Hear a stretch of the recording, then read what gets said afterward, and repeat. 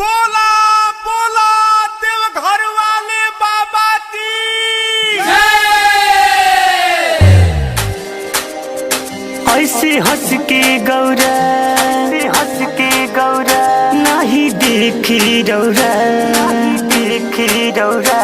आके रौआ के साचों में तर गईनी हम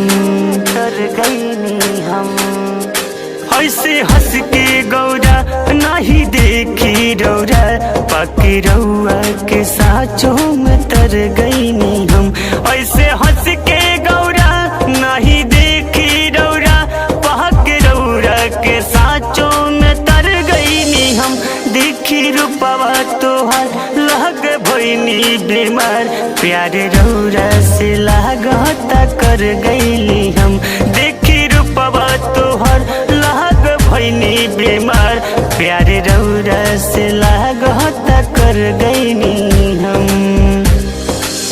म्यूजिक बाय जय गुरुदेवा।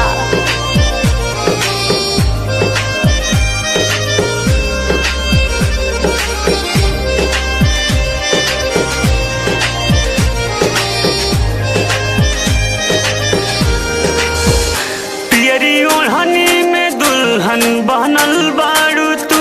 आँख में गौरा हमरा धसल बाड़ू तू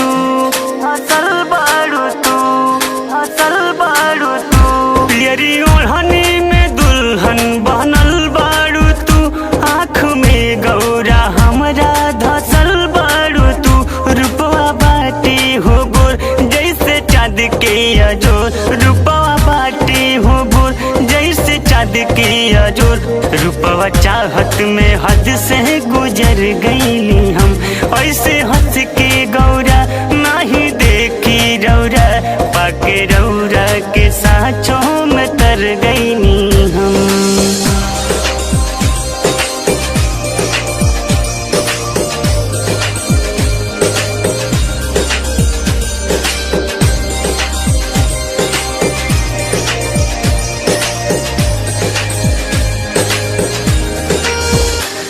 नीले के बारात बाटे चांदनी रात दूसरे चांद धरती पर उतर गईली हो